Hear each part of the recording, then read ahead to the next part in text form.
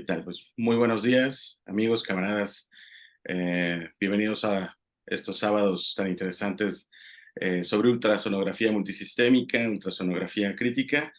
Hoy tenemos el gusto y el placer de contar con la doctora Rosemary Guzmán, quien es cardióloga pediatra e intensivista cardiovascular. Ella labora en el estado de Mexicali y viene a platicarnos algo que es bastante novedoso. No tiene más de 3 años. Bueno, en octubre cumplirá 3 años que vio la luz al mundo. Y hay cierto grupo de interés en USPED sobre este protocolo, y muy seguramente ha llamado mucho la atención en estos últimos meses o años, dada la importancia que reside en este patrón de imágenes tan importantes para todo el grupo de pacientes críticos. Hoy tendremos el gusto de que nos platique sobre la aplicación de este protocolo en pacientes posquirúrgicos cardíacos, ¿verdad? Bueno, pues sin más, doctora, bienvenida. Muchísimas gracias. A Adelante. ustedes, muchas gracias por la invitación y a todos por estar aquí en esta sala. Afortunadamente, pues tiene reciente el grupo la discusión acerca del VEXUS como protocolo en general, así que esa es la primera parte, la vamos a ver tal vez un poco más rápido porque pues ya los fundamentos están ahí. Igual si hay dudas al final, pues estamos abiertos a resolverlas y lo vamos a revisar para que tengamos ahí los puntos clave un poco más frescos, ¿verdad? Gracias por la presentación y por la invitación al comité.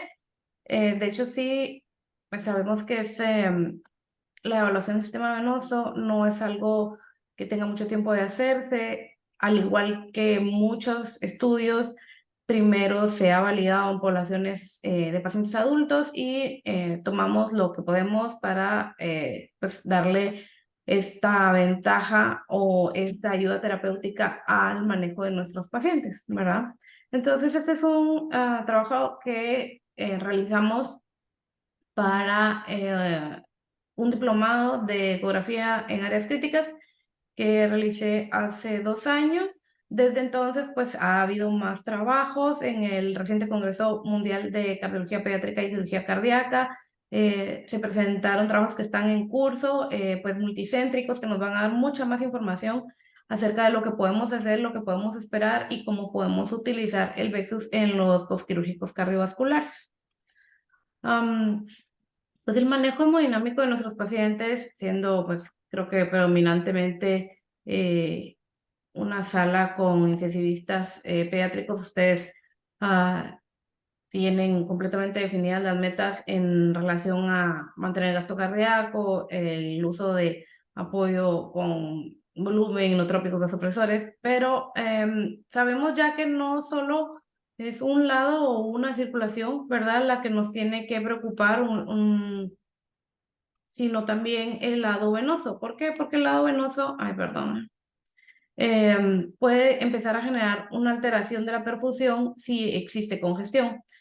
De manera como rudimentaria es que tenemos este esquema aquí donde vemos cómo la sangre pues llega de la vena cava superior e inferior hacia el lado derecho del corazón, sale por la pulmonar a oxigenarse a los pulmones y capilares pulmonares, regresa al lado izquierdo, se eyecta por la aorta y se va a dirigir a todos los órganos. Y lo que vamos a encontrar de manera constante es que a nivel capilar hay una comunicación directa entre el sistema arterial y venoso que no existe en otras áreas de la circulación y que por eso en ese punto es donde podemos encontrar esa interacción, ¿verdad? Si bien tenemos la PVC como un valor desde hace mucho tiempo establecido para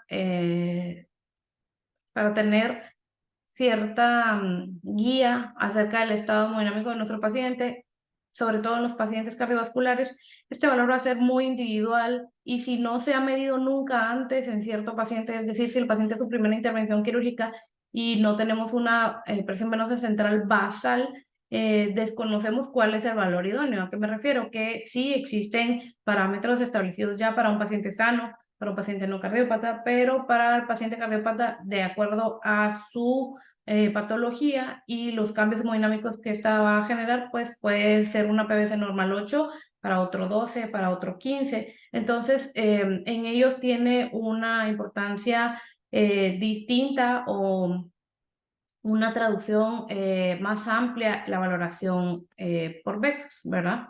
Sabemos que a medida que aumenta la presión venosa sistémica, la presión de perfusión, que va a ser la diferencia entre la presión arterial media y la presión del lateral derecho de los tejidos, se va a ver comprometida. ¿Y por qué sucede esto? Porque esta es la presión que la presión media debe superar para que el flujo pueda ser conducido a través de los capilares. Por eso mencionaba lo de los capilares de manera inicial. Y esto se va a hacer más notable en pacientes con sobrecarga hídrica, que tengan insuficiencia tricuspidia, insuficiencia pulmonar o hipertensión pulmonar. Si además de esto hay una falla renal o un compromiso de la función renal, esto va a incrementar la congestión venosa, ya que es un sistema continuo, vaya, que es un circuito que va a estar en todo el cuerpo y que si se ve entorpecido a cierto nivel, pues puede haber repercusiones o habrá repercusiones en el resto de los órganos, ¿verdad? ¿Qué órganos se van a ver más afectados por el aumento de la congestión venosa? Va a haber aumento de la elevación de la presión hidrostática con disfunción de la barrera endotelial mayor en los órganos encapsulados, o sea, los órganos que no van a tener una libre distensión como el riñón y el cerebro. Por eso, no solo tantos otros factores que sabemos que afectan a los pacientes que se son sometidos a cirugía cardíaca, sino que la congestión venosa va a ser uno de ellos también. Tenemos ya muchos años en que se ha mostrado de manera pues, científica, con evidencia, con estudios, que la sobrecarga hídrica es deleteria para nuestros pacientes y ahora tenemos una forma más de evaluarlo y evitar que lleguemos hasta ese punto donde ya no podamos, como digamos, rescatar a nuestro paciente, ¿no? Pues este es el sistema Vexus de el artículo original, ¿verdad? Tenemos los diagramas y pues sabemos que no es lo mismo estar viendo un diagrama que ver una imagen de ultrasonido. Creo que esto afortunadamente lo revisaron recientemente, pero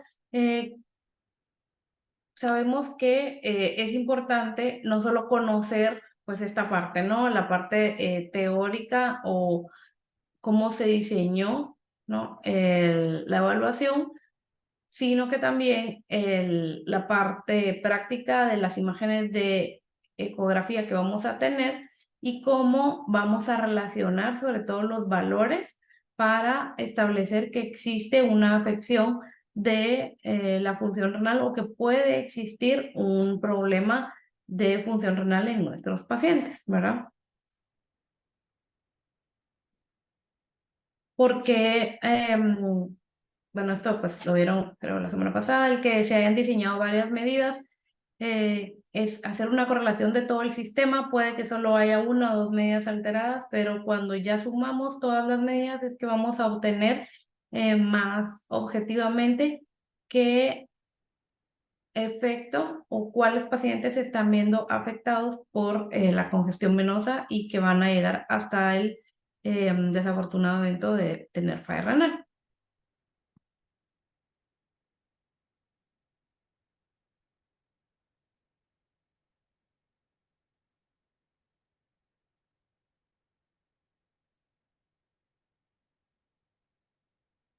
Entonces, pues este es, como les decía, también diagrama original, donde pues sabemos que vamos a hacer las medidas que utilizamos fueron las mismas, ver la cava inferior, el Doppler a nivel de vena hepática, vena porta y vena renal.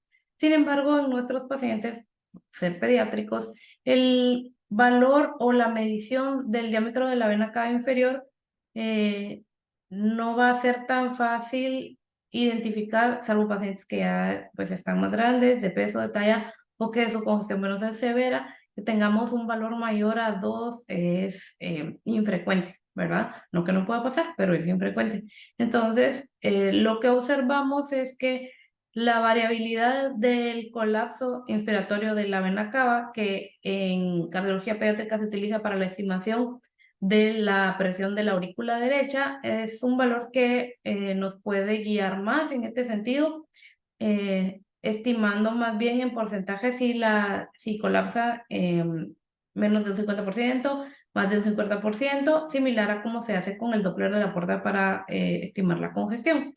Entonces, esa es, digamos que la única modificación a lo original que utilizamos, por lo que les digo. Aparte, pues nosotros, los pacientes que vimos en el estudio, era una población bastante heterogénea, tanto en edad como en diagnósticos y en condiciones prequirúrgicas, que pues también nos hizo necesario hacer como este ajuste, ¿no?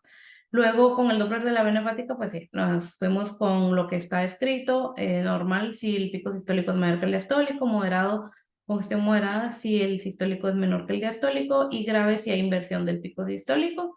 El de la vena porta, la pulsatilidad, pues menor del 30%, moderado si está del 30 al 49%, y mayor del 50 pues ya es congestión grave.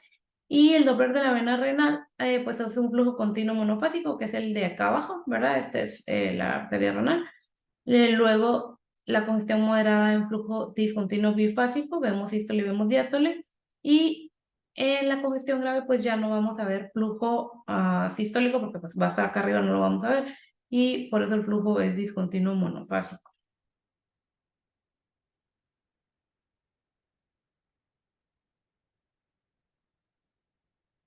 Entonces, esta del artículo original, la imagen que se me hace más, eh, pues, no que las otras no sean útiles, sino que más práctica, más bien, para poder identificar, porque es distinto cuando está realizándose ya la evaluación del paciente, ¿verdad?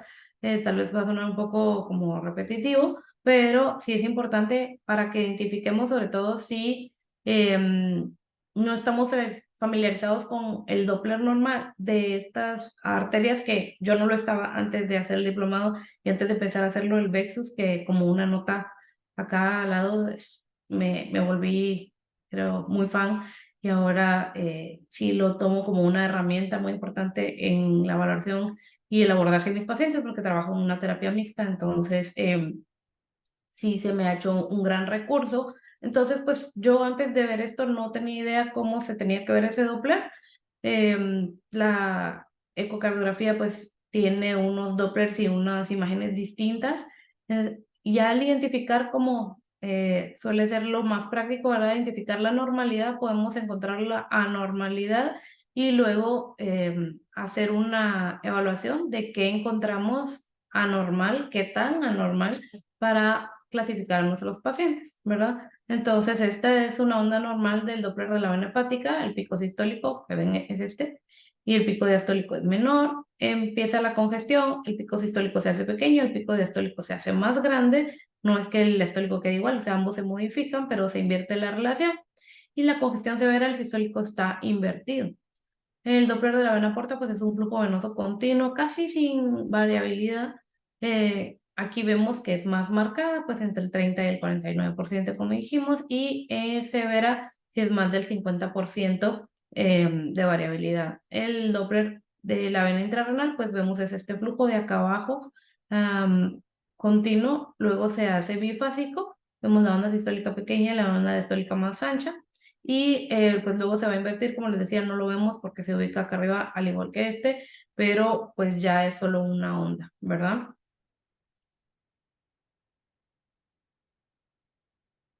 Este es la clasificación o los sistemas que se establecieron del artículo original, ¿verdad? Eh, Con esto nos basamos para la valoración de los pacientes. ¿Por qué? Porque teníamos la opción aquí de, bueno, la vena cava no se valora en los sistemas D y E. No que no la estuviéramos revisando, sino lo que les comentaba, que por la edad, el peso, la talla de los pacientes, no va a ser lo más frecuente que podamos ver, o que no queremos ver, más bien, que una cava esté tan dilatada, ¿verdad? Entonces, tenemos el patrón normal, nos vamos a ubicar en esta columna.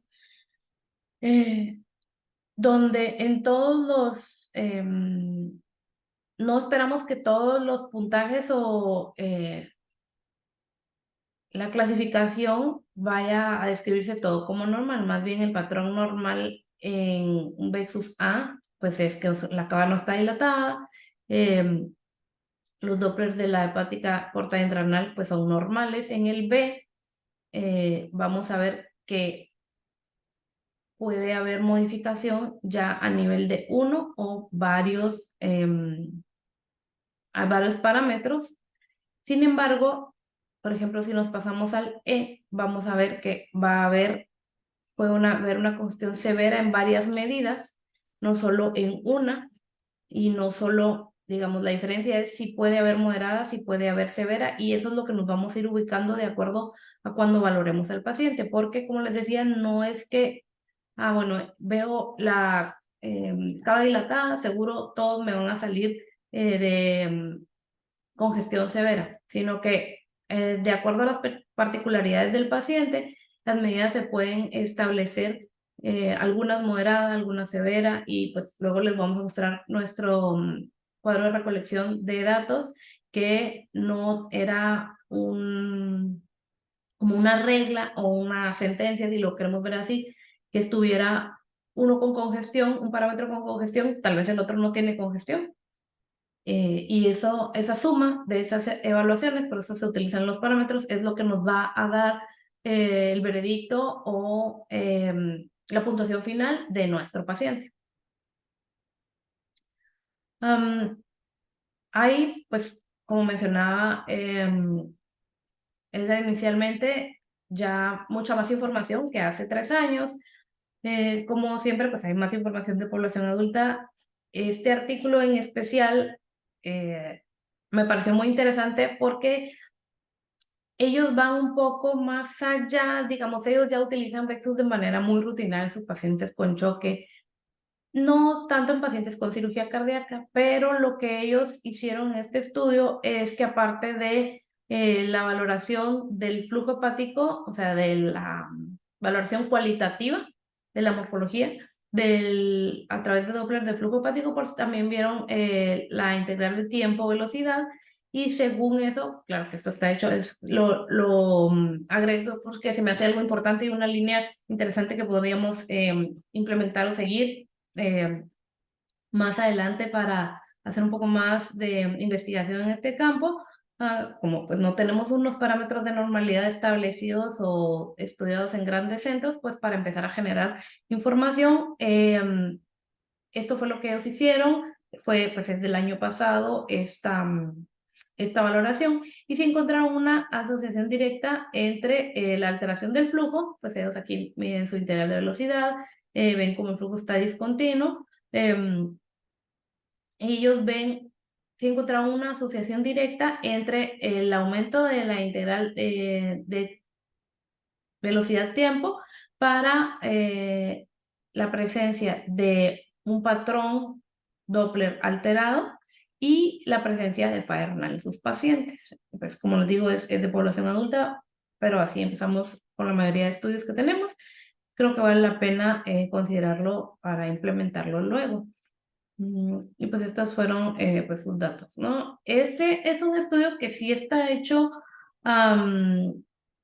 específicamente para, bueno, lo hicieron más bien dirigido a los nefrólogos. ¿Cómo pueden ellos evaluar el Vexus? Pues también ya es un estudio del año pasado.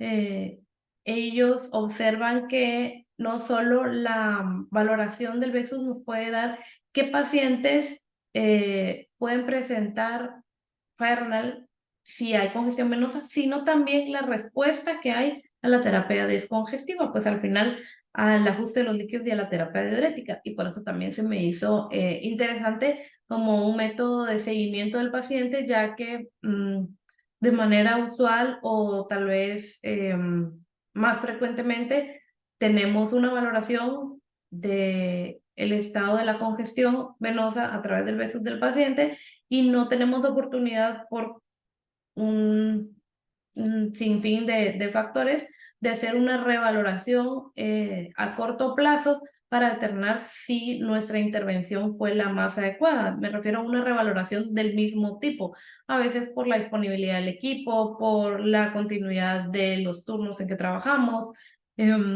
y sobre todo por el adiestramiento del personal. Aquí otra nota así de cómo me ha, digamos, conquistado a mí el Vexus.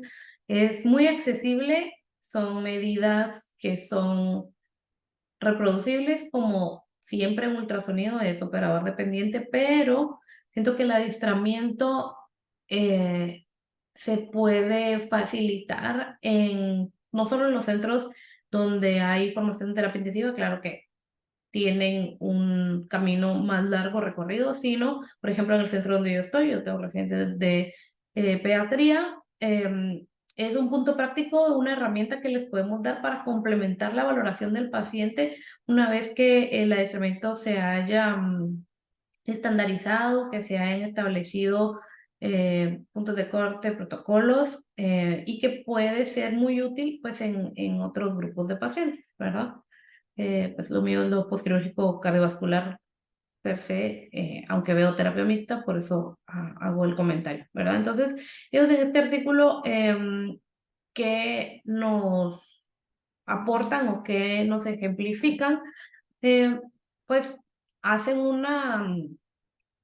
como diagramas muy claros, y eso también se me hace súper importante, de qué imágenes podemos obtener y cómo vamos a ver las diferentes estructuras anatómicas que vamos a evaluar. ¿Por qué? Porque cada quien tiene formación distinta o antecedentes formativos diferentes, y eso puede influir en que no identifiquemos las estructuras o no se haga la medición de manera em, como constante si no sabemos, pues, al final cómo lo vamos a encontrar, ¿no? Entonces, para medir, pues, la vena cava inferior, nos señalan, pues, el epigastrio, como ya lo tenemos descrito en la publicación original, y que podemos también dirigirnos hacia el flanco para medir, pues, vena hepática, porta, y en lo personal yo mido la renal a la derecha porque hago ultrasonido con la mano izquierda, ¿verdad? Pero eso pues también ya es algo más de cada uno. Este diagrama también me gustó muchísimo, pues mostrando anatómico dónde vamos a estar midiendo, porque a veces puede ser un poco como abstracto o de acuerdo a cómo organicemos cada uno nuestra información y los nuevos conocimientos adquiridos. A veces el ubicarse anatómicamente con dónde estoy, qué estoy viendo, puede generar un poco de confusión, y eso va a influir en la medición que se haga. Entonces, ellos aquí pues diagramaron perfectamente. Vamos a ver, aquí estamos llegando a la cava, esta es la hepática, la medición de la vena porta, bueno, se la acabo, ¿no? Esta va a ser la porta, el flujo de la porta, el flujo de la vena hepática y el flujo de la arteria y de la vena renal, que esto también es importante para que logremos identificar, porque si nunca hemos hecho, a mí me pasó, un Doppler. Yo nunca había visto un riñón para empezar por ultrasonido la primera vez que hice Vexus, cuando me estaba entrando en el diplomado. Si nunca hemos visto el riñón, si nunca hemos visto su vascularidad normal, no sabemos dónde vamos a tener que hacer esta medición, ¿verdad? La idea,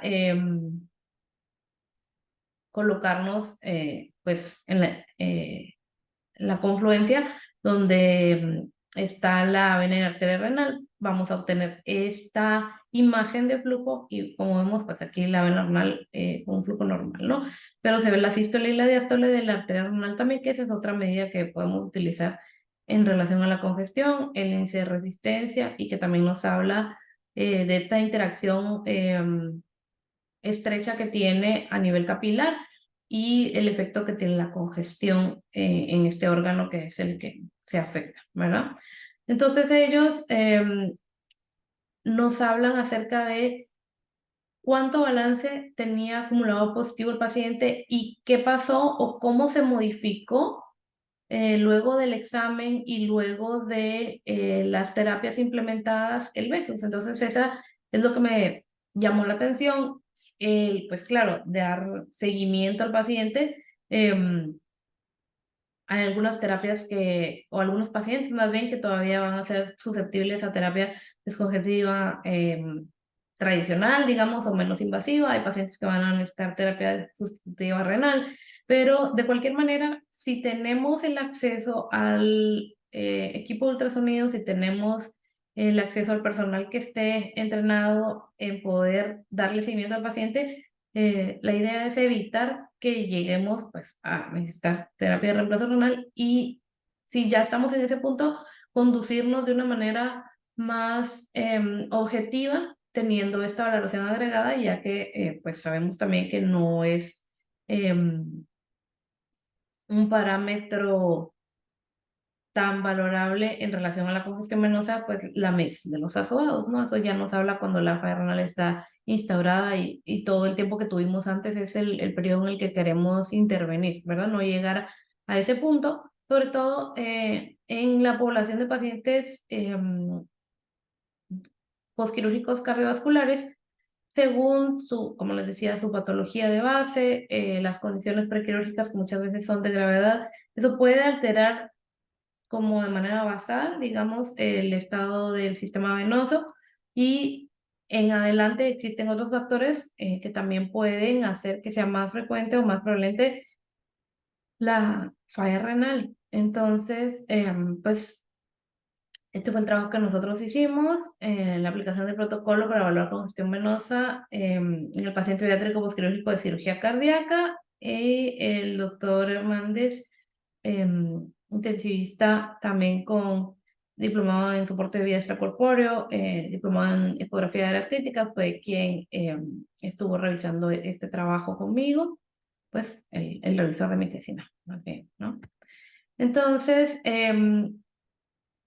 pues en realidad, la introducción del trabajo mm, lo más breve en relación a lo que se ha estado platicando tanto en la sesión pasada de ultrasonido en pediatría como en estos minutos que llevamos, ¿verdad? Pero pues, lo que queríamos hacer era aplicar el protocolo y pues determinar si podíamos saber qué pacientes iban a presentar insuficiencia renal aguda tras la cirugía usando los datos preexistentes pues, que tenemos de la población adulta, ¿verdad? Em, bueno, afortunadamente, pues ya teníamos como un camino recorrido con el que existía el protocolo inicial, medidas dónde se van a tomar, no hay como esa variabilidad de, bueno, yo lo quiero medir aquí, no, pues tenemos que medirlo donde la estructura se identifique de esta manera y por eso el artículo anterior se me hizo interesante que como recalcar esa constancia que debe haber en la medición. Fue un estudio observacional prospectivo en un solo centro, es un centro de segundo nivel en el que yo trabajo. Fueron 10 pacientes los que se evaluaron y fue de julio a octubre del 2021.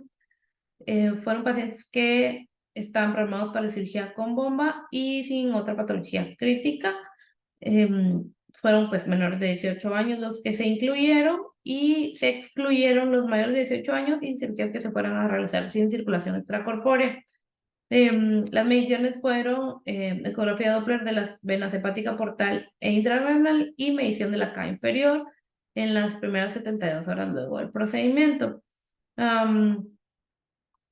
Se hicieron 4 mediciones previo a la cirugía, la noche antes, porque usualmente no están ingresados más tiempo, sino que se programan y se ingresan un día antes al ingreso a la terapia intensiva y en los días primero al tercero de estancia en terapia. Y pues se siguió la guía original del VEXUS, ¿verdad? Entonces, esta es nuestra recolección de datos.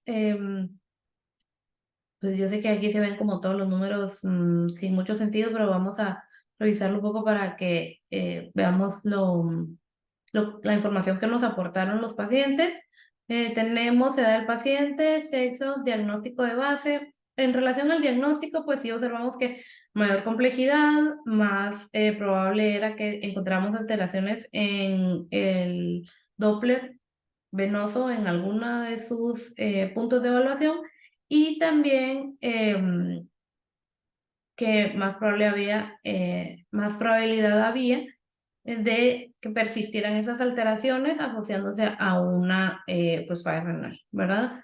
Entonces, el paciente que más sobresalió, digamos, y creo que todos hemos tenido esta experiencia, que la población de neonatos, a pesar de todos los avances y pues 31 años luego de que se ha iniciado el tratamiento de las cardiopatías congénitas complejas en el periodo neonatal, sigue siendo los de mayor dificultad, no solo técnica, sino de manejo postquirúrgico.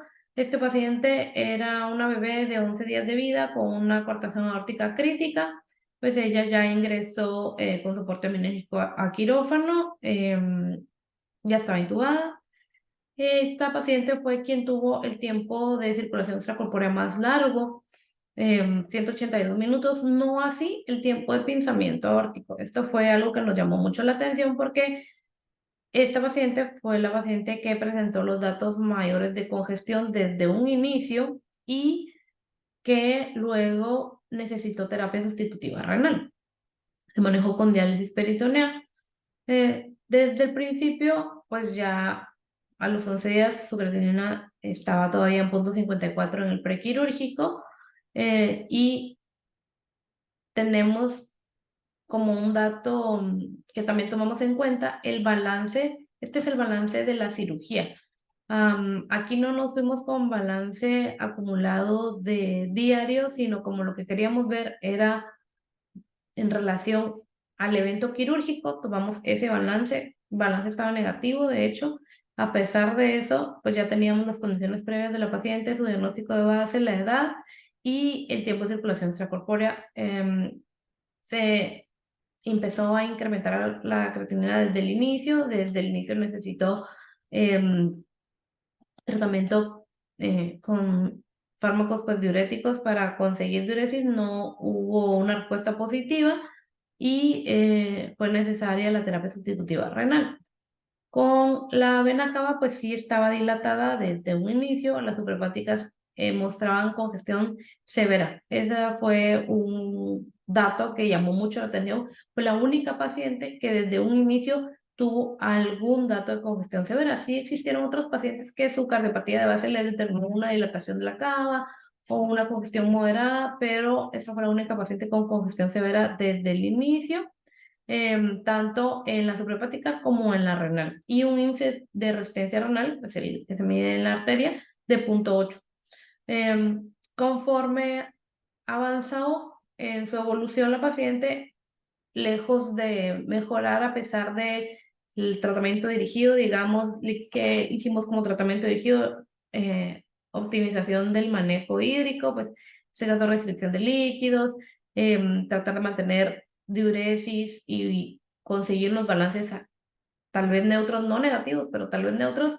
Persistió el patrón de congestión severa y ya no era solo en los sistemas suprahepático y renal, sino también en la porta, ¿verdad? Y el índice de resistencia renal pues seguía alto en 0,8. En el tercer día el índice de resistencia incrementó, pues la creatinina no dejaba de subir, y al igual, bueno, el segundo día, perdón, y en la tercera valoración ya teníamos el índice de resistencia en 1. En este punto se inició la terapia sustitutiva renal, no la iniciamos antes.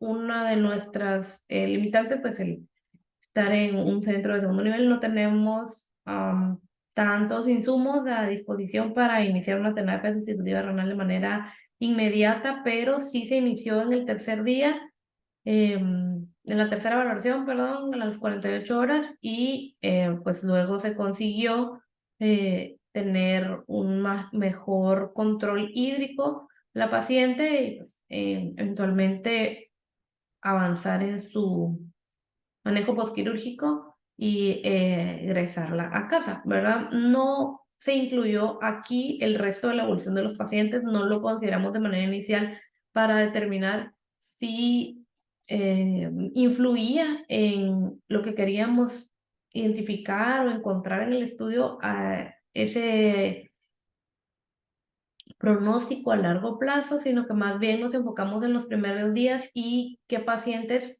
tenemos que vigilar o qué es lo que nos interesaba con esto. Poder identificar, pues un día antes, no es tanto tiempo antes, pero podernos por lo menos preparar para ver qué paciente tiene los factores de riesgo o las mediciones, los datos, los números que nos hacen considerar que puede presentar falla renal para que estemos lo mejor preparados posible para recibir al paciente y que reciba una mejor atención. Sabemos que cuando tenemos un paciente grave que está inestable, si no tenemos toda la información o la mayor información posible, nuestras decisiones van a ser subóptimas en todos los casos. Entonces, esa era la idea con este estudio, ¿verdad? Me llamó la atención que de los dos pacientes que, aparte de este paciente que revisamos, que tenían datos de dilatación de la vena cava, uno de ellos, sobre todo, nunca tuvo una normalización de la valoración de la cava, a pesar de que nunca presentó ningún otro dato de congestión eh, y presentó nada más una modificación leve en sus valores de creatinina. Era un paciente de 3 años, 10 meses, con una conexión anómala de venas pulmonares a seno coronario. El paciente, pues, tiempo de bomba casi 1 hora, 61 minutos. La cava siempre estuvo dilatada, secundaria de cardiopatía, pero nunca presentó congestión, salvo el de la vena renal en su primera valoración, o sea, la prequirúrgica, y luego ya las posquirúrgicas, su flujo venoso fue normal. Pues sabemos que la alteración en el retorno venoso pulmonar va a generar una congestión venosa sistémica severa, pero al corregir la cirugía, este valor pues ya no tuvo ninguna modificación y a pesar de que la vena cava persistía dilatada, no es tampoco quisiéramos que fueran todos los cambios inmediatos, no presentó ningún dato asociado de falla renal. El otro paciente que presentó congestión en 3 sistemas era congestión moderada, era un paciente con doble salida de ventrículo derecho con vasos traspuestos. Este paciente tenía congestión moderada en todos los sistemas venosos antes de ingresar al procedimiento. Al primer día vimos que persistía la congestión moderada, solo en la vena porta ya se había normalizado y la segunda valoración seguía solo en la vena renal alterado y eso persistió tanto como la dilatación de la vena cava sin presentar una alteración en la función renal.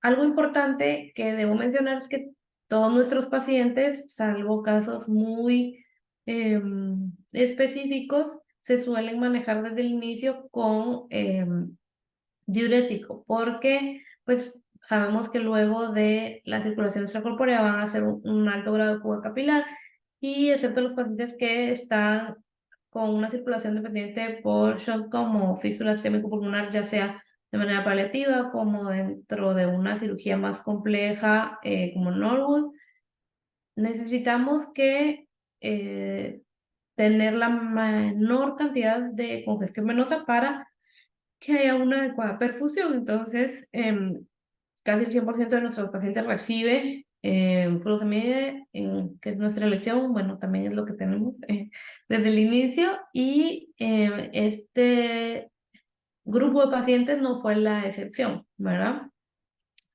Luego, en el resto de pacientes, podía haber eventualmente algún dato de congestión, pero no fue algo que persistiera en la evolución del paciente y sobre todo no presentaron falla renal. Entonces, este paciente de tetralogía de Fallot, pues sabemos, pues, va a tener una disminución del flujo pulmonar, pero eso también va a condicionar un aumento de la insuficiencia tricuspidea, una congestión venosa sistémica. Entonces, ya tenía un patrón de congestión moderado tanto a nivel de la suprahepática como de la renal, sin embargo, no había una cava dilatada. Conforme avanzó el paciente, persistió con esta presentación de dos parámetros. Este es el pre y este es el post inicial. Sin embargo, persistió solamente la congestión a nivel de la vena renal con un índice de resistencia más o menos, digamos, en el límite, que es el 0.7, pero pues el límite que tenemos de idea de los adultos, que eso es de los valores que más, aparte de la cava, más me interesaría que pudiéramos identificar cuál va a ser nuestro valor, digamos, en pediatría, en una población más grande. Tal vez tenemos oportunidad de verlo más adelante o colaborar entre centros. Me encantaría si alguien estuviera interesado, pero este paciente, pues, tampoco presentó falla renal, no hubo necesidad de ni siquiera escalar diuréticos, una restricción hídrica severa. Entonces, vemos que los cardiopatas, pues sí son una población, sabemos, heterogénea, sabemos, se comportan distinto al paciente no cardiópata, pero sí podemos identificando con estos datos qué pacientes pueden estar más en riesgo. Me llamó también la atención que dos pacientes que tuvieron tiempos de circulación extracorpórea más prolongados que los demás, en 2 horas, o sea, 125 y 120 minutos, no presentaron ninguna alteración en los patrones venosos del Doppler, pero puede ser también, o sea, lo consideramos relacionado a su estado prequirúrgico, porque este también era un paciente con tetralogía de Fallot, pero más pequeño de edad, entonces que no ha tenido tanto tiempo esa hemodinamia alterada como para generar cambios en el sistema venoso y menos una falla renal, a pesar de que requirió bastante tiempo de circulación extracorpórea. Y este paciente que fue una eventualidad que se prolongara tanto el tiempo de circulación extracorpórea, ya que se desprendió el parche con que habían reparado, pero a pesar de que tuvo un tiempo muy prolongado y que ya tenía 5 años, 3 meses, como su cardiopatía no le había estado generando de manera crónica una congestión venosa, pues no fue algo que se presentara en el posquirúrgico de manera continua, ¿verdad? Pues nos hubiera encantado tener más pacientes. En este periodo fue lo que tuvimos, pues recordemos, estábamos post pandemia, en mi centro pues estábamos reiniciando apenas con las cirugías. Creo que en todos los lugares, en todas las instituciones, independientemente de a qué área o sección gubernamental pertenezcan, pues tenemos muchas limitaciones y son situaciones administrativas que se salen de nuestro alcance, ¿verdad? Entonces, nos hubiera encantado poder tener más pacientes, poder pues armar más grupos de pacientes que tuvieran características o por lo menos diagnósticos similares, que si ven solo pues tuvimos 3 tetralogías de Fallot, 3 comunicaciones interventriculares, pero pues una conexión, que las conexiones anómalas pulmonares pues sería un grupo bien interesante de pacientes para evaluar. Y la paciente con coartación aórtica crítica fue la única paciente del periodo neonatal. Entonces, no podemos establecer si todo fue dependiendo de su edad, de la inmadurez de sus sistemas, eso sumado a la dificultad técnica de la reparación, que se prolonga el tiempo de bomba, o es algo como de la cardiopatía como tal, ¿verdad? No tenemos con quién compararla en este punto. Si queremos seguirlo haciendo, solo no hemos podido tener un nuevo grupo grande de pacientes, grande entre comillas, para nosotros es un grupo grande, para que podamos hacer una comparación, ¿verdad? Em, Esta imagen la puse acá, pues es de uno de los artículos que ya está publicado acerca del Vexus en población adulta también, porque pues no hicimos una evaluación en un sitio distinto, ¿no? Epigastrio, en el flanco, en el lateral, como les decía, yo hago derecho, mucha gente hace el renal lateral izquierdo. Si lo hacemos de manera continua y tenemos resultados constantes que son reproducibles y que tienen una variabilidad interoperador mínima, no hay pues un problema con que nos acomodemos, digamos, así le decimos, como nos ponemos con el ultrasonido. Sin embargo, ¿qué es lo que nos interesa eso? Pues ir sumando herramientas para valoración del paciente, como les decía, ¿verdad? Dentro de nuestros resultados, pues 3 pacientes tuvieron falla renal, como les mencionaba, y solo uno requirió reemplazo renal. La congestión grave, pues sí se asoció con la aparición de falla renal en todos los modelos, pero fue el VEX-UC el que tuvo la asociación más fuerte. Luego, cuando ingresamos a la terapia intensiva, si el paciente tenía el sistema C, o sea, congestión grave, fue altamente específico, pero fue muy poco sensible. Y esto, pues sí, es una limitación definitivamente para el estudio. Sí necesitamos tener grupos más grandes, más operadores valorándolos, porque pues eso también puede ser un sesgo y tampoco tomamos en cuenta la PVC. No que no se midiera, sino que no la tomamos dentro de los factores como para correlacionar, al igual que el balance acumulado. Como les decía, al, al momento del estudio tuvimos estas determinaciones o se estructuró de esta manera. Sin embargo, en este camino que hemos recorrido, vemos la necesidad de integrar otras medidas, integrar el balance acumulado diario y decir, bueno, tenía este balance saliendo de cirugía y ahora tengo este balance acumulado, tenía este balance antes de entrar, perdón, tenía este Vexus antes de entrar, ahora tenemos este. Sumar todos estos factores y tomar unas mejores decisiones es lo que vemos como parte del camino más adelante.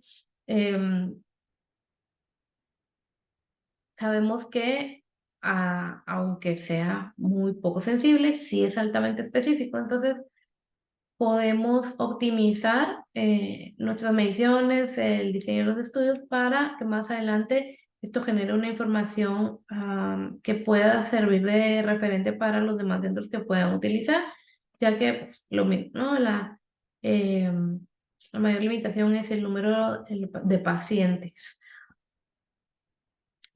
Sabemos que pues el Vexus, como todas las valoraciones guiadas por ultrasonido, necesitamos que sea reproducible. Si bien es no invasivo, es de bajo costo y si es reproducible, necesitamos pues cierto entrenamiento para llevarlo a cabo.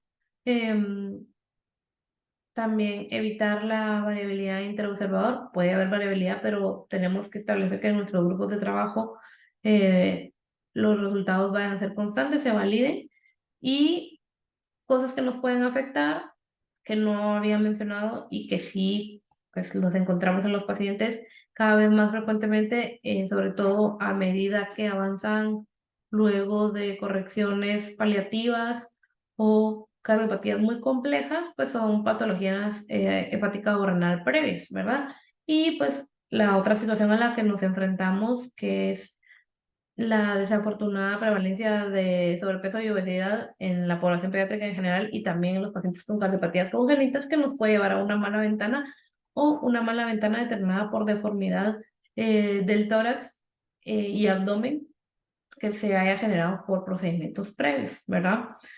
Sí necesitamos pues hacer más estudios para poder validar el sistema en diferentes contextos.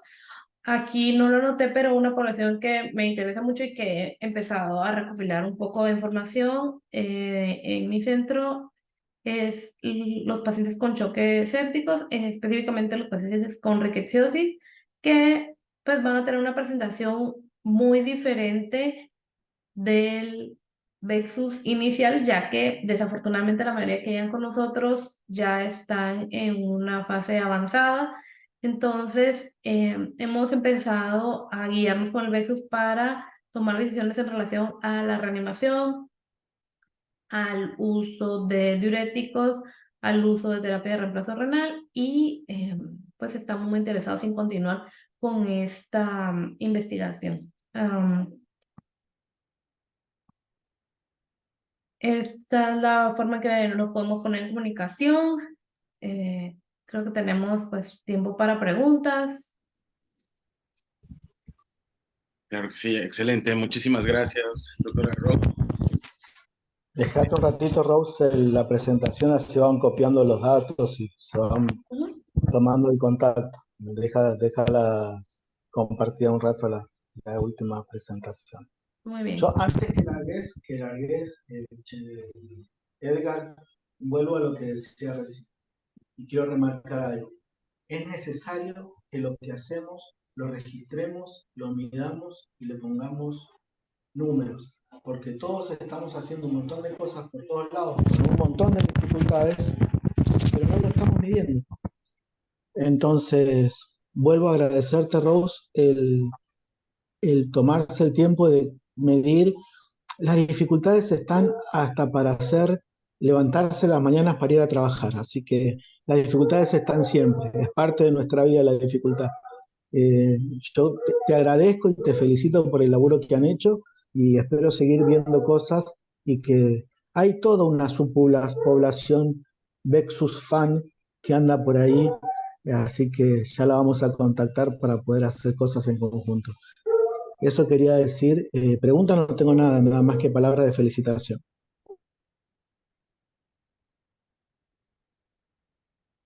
Pues definitivamente somos parte de esa comunidad Vexus Fan, les decía yo, como experiencia personal cuando estaba cursando el diplomado, sí me pareció algo tan sensacional, tan accesible, sencillo, reproducible, mm, y que podemos hacer en casi cualquier momento mientras tenemos un paciente, tenemos que lo haga, tenemos un ultrasonido para guiarnos en la toma de decisiones. La verdad es que espero que podamos seguir trabajando en esto, ¿verdad? Así es. Pues muy bien. Muchísimas gracias, doctora Rose. Me parece excelente la revisión que tuvo a bien mostrarnos. Muy interesante el trabajo, una felicitación. También un saludo por ahí, no sé si todavía esté el maestro, mi maestro, el doctor César, ahí está. Felicitaciones de él. Felicitaciones, doctora Guzmán.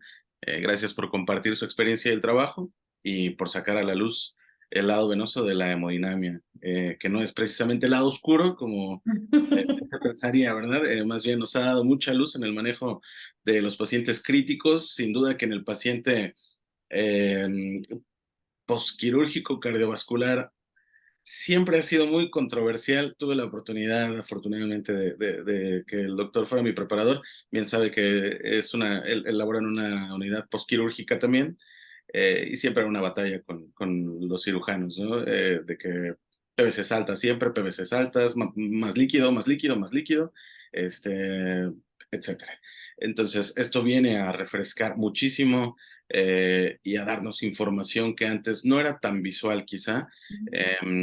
Sí se tenía el conocimiento, pero ahora el ultrasonido no solamente en esta área, sino en muchas, pero en esta en específico y en el área en la que está trabajando es tan visual que es muy fácil que podamos demostrar que hay cambios, no solamente a nivel hemodinámico, sino sistémico, principalmente renal, hepático,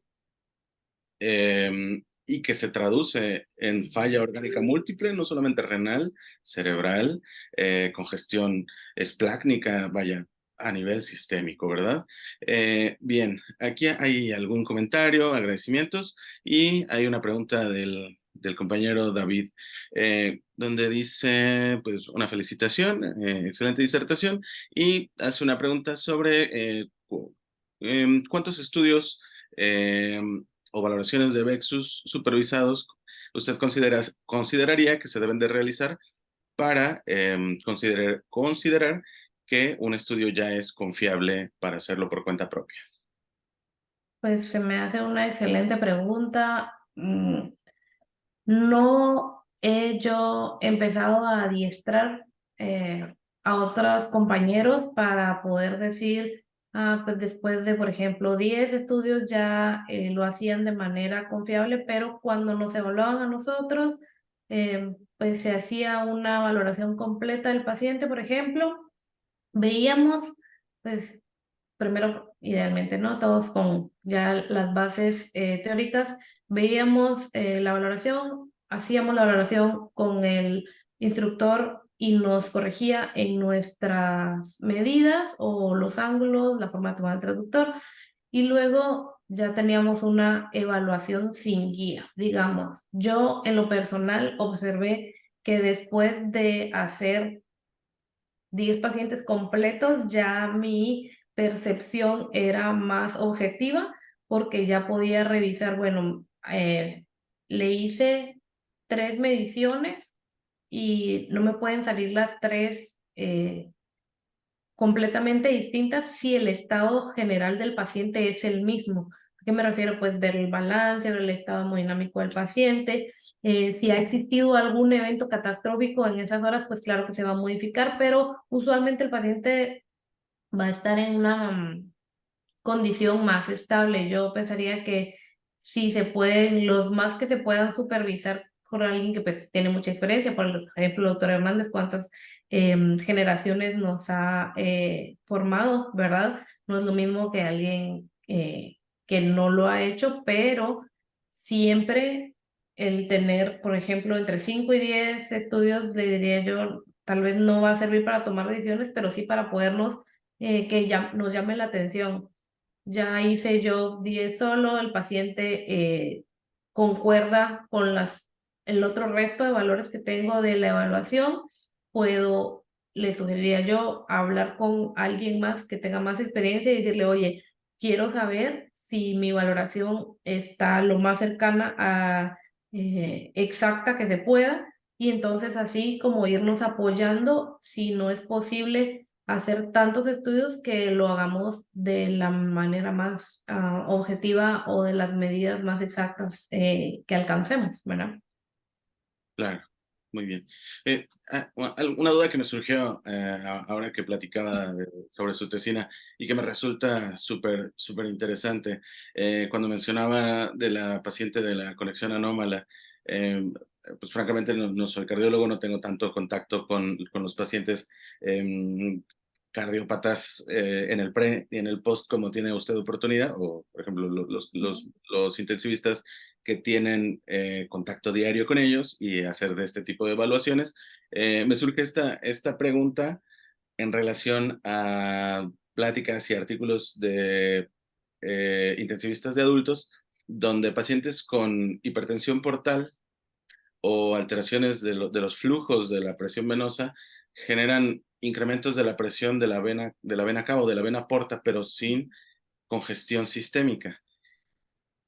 En este sentido, las cardiopatías congénitas con incremento por decirlo, crónico de presión de aurícula derecha, es común encontrar vena cava inferior dilatada sin que esto se traduzca necesariamente en congestión. Sí, de hecho, pues sí es un valor que nosotros tomamos en cuenta durante la ecocardiografía, la dilatación o el pobre colapso más bien, que lo hacemos en pediatría de la vena cava.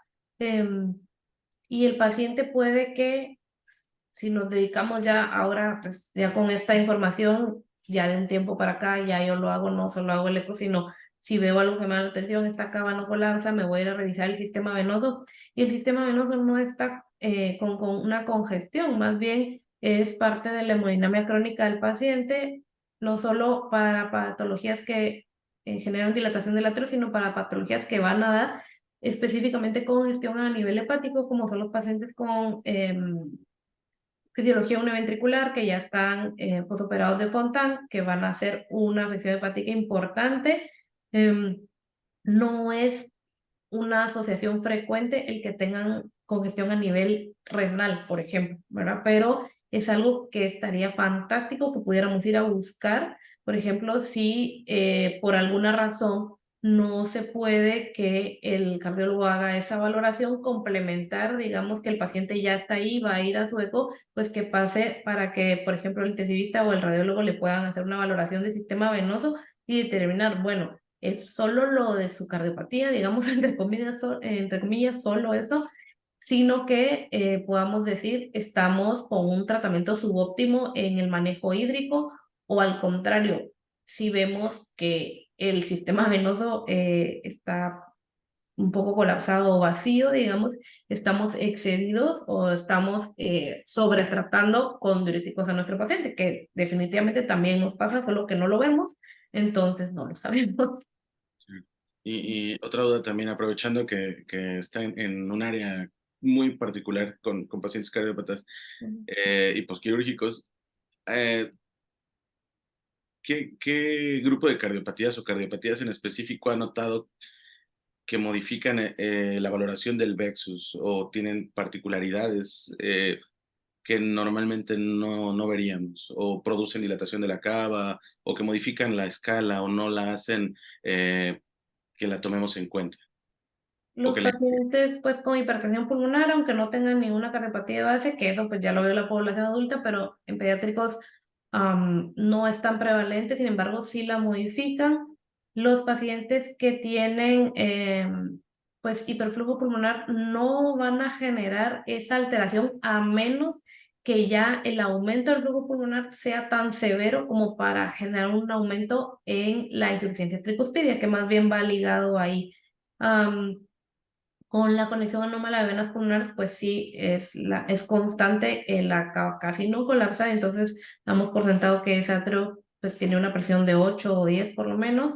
La tetralogía de Fallot, la obstrucción al flujo a través de la válvula pulmonar por la alteración que tiene, que va dentro de las cualidades de su cardiopatía, también va a generar una dilatación de cava y específicamente esos pacientes no van a tener una congestión venosa, salvo que sea de una larga evolución. Eso sí, hemos visto que los pacientes que desafortunadamente no podemos intervenir de manera temprana por las razones que sean, van a empezar a presentar una alteración, una congestión crónica venosa, porque el vaciamiento obviamente se va a ver alterado por su propia cardiopatía que no ha tenido una resolución, ¿verdad? Que solo estamos manejando con medicamentos en espera de un tratamiento definitivo.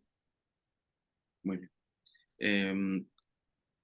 En el caso de que tuviéramos una ventana muy mala subsifoidea o el caso donde salen con sondas a pericardio y queremos evaluar o iniciar, como lo menciona el protocolo, viendo la cava, buscamos la yugular o vemos la cava de lateral, porque se puede ver lateral.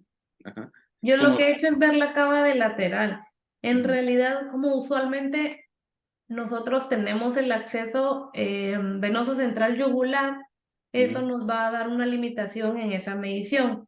Entonces, lo que yo he hecho es buscar la lateral, irme todo al flanco derecho, que usualmente hacia ese lado no tienen todas las invasiones.